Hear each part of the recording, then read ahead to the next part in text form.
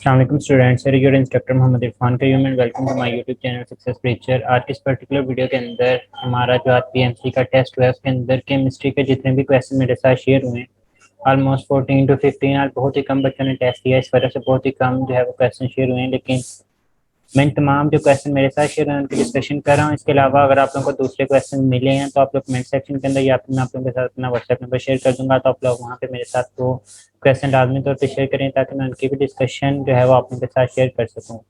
Question number 1 जो share हुआ है वो ये है कि which one of the following has the fruity smell. तो बच्चे ये carboxylic acid chapter number 13 second year chemistry में जहाँ पे रिएक्शन विद कार्बोक्सिलिक एसिड के अल्कोहल्स के साथ रिएक्शन गिवन है, reaction involving the hydroxyl group वहाँ पे गिवन है कि esters are identified due to their fruity smell. तो हमारे पास ईस्टर्स की जो है वो फ्रूटी स्मेल होती है, तो यहाँ पे जो राइट ऑप्शन है वो बीटा बनेगा।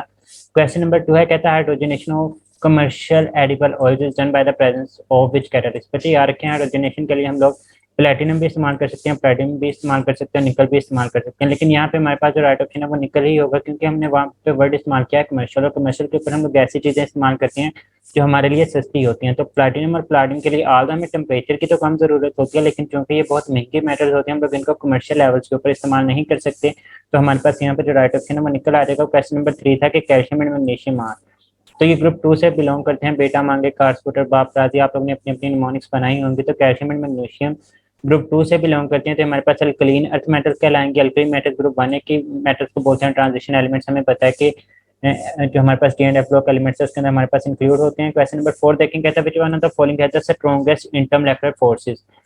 तो इंटरमोलेकुलर फोर्सेस जो है वो स्ट्रॉन्गेस्ट हमारे पास सॉलिड्स में होती हैं, इसी वजह से इंटरमोलेकुलर स्पेसेस जो है वो सबसे कम होती हैं। तो इंटरमोलेकुलर फोर्सेस और इंटरमोलेकुलर स्पेसेस का आपस में एक दूसरे के साथ इनवर्स रिलेशन जो है वो हमें देखने को मिल रहा होता है। फिर क्वेश्चन था कि जो following has a weak density, इनमें से डेंसिटी किसकी कम होती है। तो डेंसिटी हमें पता है मास ओवर वॉल्यूम के इक्वल होती है, तो जिसका वॉल्यूम हमारे पास सबसे ज्यादा होगा उसकी डेंसिटी कम होती है। तो सबसे ज्यादा वॉल्यूम ऑक्यूपाई करने वाली जो फिजिकल स्टेट ऑफ मैटर होती है वो हमारे पास गैस हुआ करती है, तो इस वजह से इसकी डेंसिटी जो है वो हमारे पास सबसे कम होगी। क्वेश्चन नंबर 6 देखें, कहता है energy for the endothermic process. ये बहुत ही बेसिक क्वेश्चन है और बहुत सारे बच्चों ने इसका आंसर जो है वो सराउंडिंग लगाया, लेकिन बच्चे यहाँ पे जो आंसर होगा वो सिस्टम होगा। याद रखिएगा मैं आपको पूरे का पूरा प्रोसेस यहाँ पे एक्सप्लेन कर देता हूँ। जब हम लोग एंडोथर्मिक प्रोसेस की बात करते हैं तो हमारे पास होता क्या है। एंडोथर्मिक मीन टू से आपने बॉन्ड ब्रेक करने होती है, आपके पास सिस्टम के अंदर रिएक्टर्स मौजूद हैं, उनको उन बॉन्ड्स को ब्रेक करने के लिए जो एनर्जी आएगी बच्चे याद रखिएगा वो सिस्टम के मॉलिक्यूल्स खुद से एनर्जी प्रोवाइड करते हैं, जिसके नतीजे में जो सिस्टम की एनर्जी होती है वो कम हो जाती है। जब सिस्टम की एनर्जी कम हो जाएगी, सराउंडिंग की एनर्जी बढ़ जाती है, तो heat flows from the higher concentration to lower concentration, तो बाहर से अंदर की तरफ हीट आना शुरू हो जाती है और एट दी एंड जो है वो हमारे पास सिस्टम का एनर्जी लेवल बढ़ जाता है और सराउंडिंग का जो एनर्जी लेवल होता है, हीट कंटेंट होता है, वो हमारे पास कम हो जाता है। तो अगर क्वेश्चन ये पूछा गया कि एनर्जी आती कहाँ से है, तो बच्चे याद रखिएगा वो सिस्टम से ही आती है। हमारे पास यहाँ पे जो राइट ऑप्शन है वो सिस्टम आएगा। लेकिन अगर यहाँ से क्वेश्चन पूछा जाता है कि हमारे पास in endothermic processes the heat content of the surrounding ज्यादा होगा या सिस्टम ज्यादा होगा, तो फिर वहां पे बात की जाती है कि at the end of reaction बात की जा रही है। चैप्टर नंबर 7 में एक्सरसाइज में भी इस तरह का क्वेश्चन मौजूद है। तो अगर हीट कंटेंट का पूछा जाता है कि किसका ज्यादा किसका कम, तो जाहिर सी बात है एंडोथर्मिक में सिस्टम का ज्यादा और सराउंडिंग का कम होता है। लेकिन बच्चे यहाँ पे एनर्जी का पूछा गया कि आती कहाँ से है, तो वो हमारे पास सिस्टम से ही आती है। इसी वजह से तो इनिशियली हमारे पास एंडोथर्मिक प्रोसेसेस में जो सिस्टम का टेम्परेचर होता है वो कम हो जाता है। ये हमारे चैप्टर नंबर 7 में फर्स्ट पेज के ऊपर बात लिखी भी हुई है कि हमारे पास जो एंडोथर्मिक प्रोसेसेस होते हैं वहाँ पे जो टेम्परेचर होता है वो हमारे पास कम हो जाता है। क्वेश्चन नंबर 7 देखें, कहता है velocity constant for the forward या रिवर्स रिएक्शन या फिर यहाँ पे बैकवर्ड रिएक्शन भी लिखा हुआ है, तो इक्विलिब्रियम कांस्टेंट। तो बच्चे जो केसी होता है वो के एफ ओवर के आर के इक्वल होगा। अगर हम लोग के एफ की वैल्यू यहाँ पे लिखते हैं तो हमारे पास 3.6 इंटू 10 -4 देखने को मिलती है, और जो हमारे पास बैकवर्ड रिएक्शन है उस केस में ये हमारे पास 1.2 इंटू 10 -5 होगी। तो ये 10 -5 जो है वो ऊपर जाके प्लस के अंदर कन्वर्ट हो जाएगा, और ये हमारे पास 3 से कैंसिल 3 आ जाएगा यहाँ पे, तो ये 10 -5 ऊपर जाके +5 हो जाएगा। तो आप लोगों के पास ओवरऑल जो आंसर है वो 30 बनेगा। तो यहाँ पे हमारे पास जो राइट ऑप्शन है वो अल्फा आ जाएगा 30। क्वेश्चन नंबर 8 देखें, कहते हैं electrode through which the electron इंटर्स the electrolytic solution is. बच्चे अगेन इंपॉर्टेंट है, मैंने जब डिस्कशन करवाई आप लोगों को तो मैंने वहाँ पे एक फैक्ट बताया था कि डजंट मैटर वो इलेक्ट्रोलाइटिक सेल है चाहे वो हमारे पास गैल्वेनिक सेल है। बच्चे याद रखिएगा जो फ्लो ऑफ इलेक्ट्रॉन होता है वो हमेशा एनोड से कैथोड की तरफ होता है।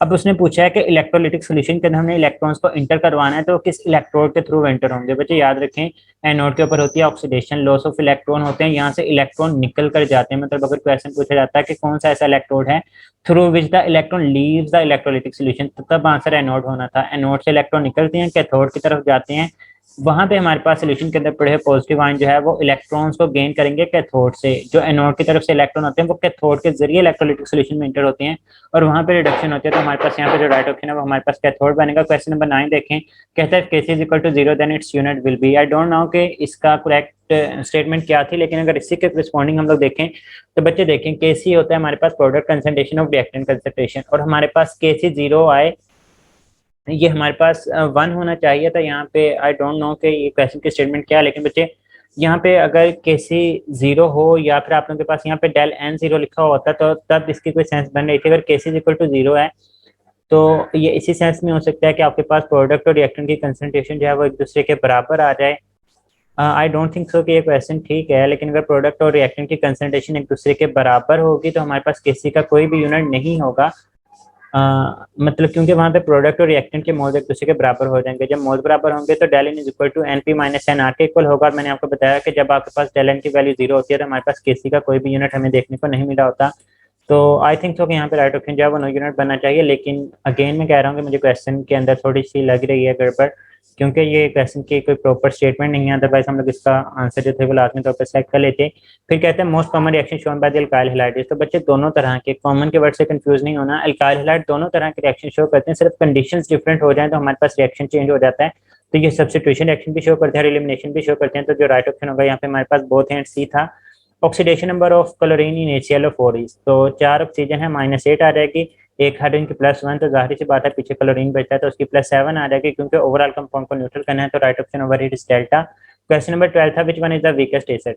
बच्चे एसिडिटी के हिसाब से याद रखें, मैं यहाँ पे सिंपल रिलेशन बता देता हूँ। एसिडिटी के हिसाब से बहुत सारे क्वेश्चन हैं, मैं इंशाल्लाह आपको एसिडिटी ऑफ कार्बोक्सिलिक एसिड के ऊपर कंप्लीट वीडियो बता दूंगा। उसके अंदर 6 से 7 फैक्टर्स होते हैं जिनकी बुनियाद के ऊपर हम लोग इनको डिस्कस करते हैं। लेकिन यहाँ पर चूंकि उसने एक ही फैक्टर के हिसाब से पूछा, उसने सिंपली क्या किया हुआ, नंबर ऑफ कार्बन एटम बढ़ाए हैं। फॉर्मिक एसिड के अंदर 1 कार्बन, एसिटिक एसिड के अंदर 2 कार्बन है, स्टेरिक एसिड के अंदर हमारे पास जो है वो 17 कार्बन, और जो पालमिटिक एसिड है उसके अंदर हमारे पास C15, और ओवरऑल जो है इसके अंदर 16 कार्बन हम लोग कहते हैं, और स्टेरिक एसिड के अंदर ओवरऑल जो कार्बन है वो 18 कार्बन है। अब यहाँ पे देखें कि हम लोग क्या करते हैं, कहते हैं कि वीकेस्ट एसिड। बच्चे एसिड कौन सी चीज होती है जो H पॉजिटिव को इजीली रिलीज कर देते हैं। अगर हमारे पास फॉर्मिक एसिड है तो हमारे पास क्या होगा कि हमारे पास एक ही जो है वो कार्बन मौजूद है, HC डबल बॉन्ड OH।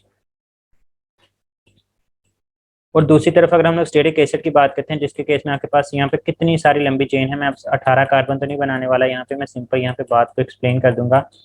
अब बच्चे होता है क्या है कि हमारे पास जब 18 कार्बन होते हैं ना, तो 18 के 18 कार्बन मिथाइल ग्रुप होते हैं, वो अपना इलेक्ट्रॉन डोनेटिंग इफेक्ट रखते हैं। तो वो क्या करते हैं, इस ऑक्सीजन को अपने इलेक्ट्रॉन डोनेट करना शुरू करते हैं। जब वो अपने इलेक्ट्रॉन इस ऑक्सीजन को डोनेट करेंगे तो ऑक्सीजन क्या होता है, ऑक्सीजन होता है इलेक्ट्रॉन एक्टिव एलिमेंट। इसे इलेक्ट्रॉन की जरूरत होती है, जहां से मर्जी मिल जाए इसने इलेक्ट्रॉन अपने पास रखने होते हैं।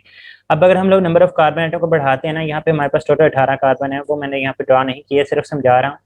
आप लोगों के पास जितने ज्यादा कार्बन होंगे वो अपने इलेक्ट्रॉन डोनेट कर देंगे ऑक्सीजन को। ऑक्सीजन कहता है भाई मुझे तो इलेक्ट्रॉन मिलने चाहिए, चाहे आप लोग दे दो चाहे मैं हाइड्रोजन से खींच लूँ, मुझे इस चीज से गर्ज नहीं होता। तो ये साथ में जो लगे हुए कार्बन होते हैं अपने इलेक्ट्रॉन डोनेट कर देते हैं किस चीज को, ऑक्सीजन को। जब ऑक्सीजन को इलेक्ट्रॉन आ जाती है तो ऑक्सीजन कहता है भाई बुगैम्बो खुश हुआ, मुझे फर्दर इलेक्ट्रॉन की जरूरत नहीं है। तो वो इस साइड को कहता है जा तुझे बख्शा, मैं तेरे से इलेक्ट्रॉन नहीं खींचूंगा। जब ये इसे इलेक्ट्रॉन नहीं खींचेगा तो ऑक्सीजन और हाइड्रोजन का बॉन्ड वीक नहीं होगा। जब बॉन्ड वीक नहीं होगा तो टूटेगा नहीं, जब टूटेगा नहीं तो हाइड्रोजन सोल्यूशन में नहीं जाएगा, और कोई भी चीज जो हाइड्रोजन लूज नहीं करेगी वो हमारे पास वीक एसिड कहलाती है। तो जितने नंबर ऑफ कार्बन एटम बढ़ते हैं वो हमारे पास वीक एसिड कहलाता है। तो हमारे पास यहाँ पे जो राइट ऑप्शन है वो स्टेरिक एसिड। तो रिलेशन लिख लें कि हमारे पास acidic strength of carboxylic acid है वो इन्वर्सली रिलेट करती है नंबर ऑफ कार्बन एटम के साथ, कि जितने नंबर ऑफ कार्बन एटम होते हैं वो हमारे पास वीक एसिड हम लोग उसको कंसिडर कर रहे होते हैं। अगर हम लोग स्ट्रॉन्गेस्ट एसिड की बात करते हैं तो स्ट्रॉन्गेस्ट एसिड वो होगा जिसमें नंबर ऑफ कार्बन एटम सबसे कम होंगे। तो हमारे पास फॉर्मिक एसिड है, इस केस में हमारे पास यहाँ पे जो राइट ऑप्शन है वो फॉर्मिक एसिड। अभी लास्ट स्लाइड के ऊपर इसका कंसेप्ट बता दिया है। फिर कहता है phenol reacts with the bromine water to give. तो ये चैप्टर नंबर 11 के अंदर हमारी बुक के अंदर रिएक्शन गिवन है। हमारे पास व्हाइट पीपीटी बनते हैं, 2,4,6 ट्राइब्रोमोफिनोल जो है वो हमारे पास बनता है। तो ये हमारे पास इसका राइट ऑप्शन है। ये 14 क्वेश्चन जो मेरे साथ शेयर हुए हैं बच्चे, इसके अलावा अगर आप लोगों के साथ कोई भी क्वेश्चन शेयर हुए हैं तो ये नंबर मैंने दिया हुआ है, इसके ऊपर लाजमी तौर पे मुझे व्हाट्सएप करते हैं या फिर कमेंट सेक्शन के अंदर बोले, मैं इंशाल्लाह मैं इनको भी है जो एक्सप्लेन कर दूंगा। लेकिन आज बहुत ही कम बच्चों का टेस्ट है, इस वजह से ये क्वेश्चन जो है वो इतने ज़्यादा शेयर नहीं हुए। लेकिन आहिस्ता आहिस्ता जो है वो सारे के सारे मतलब जैसे जैसे आगे चलते जाएंगे तो ज़्यादा बच्चों के टेस्ट होंगे तो वो क्वेश्चन मिलते रहेंगे, और इंशाल्लाह हम लोग डेली जो है उसकी डिस्कशन करते रहेंगे। दुआ में याद रखिएगा, अपने दोस्तों के साथ लाजमी तौर पर शेयर कीजिएगा। फी अमानिल्लाह, अल्लाह हाफिज़।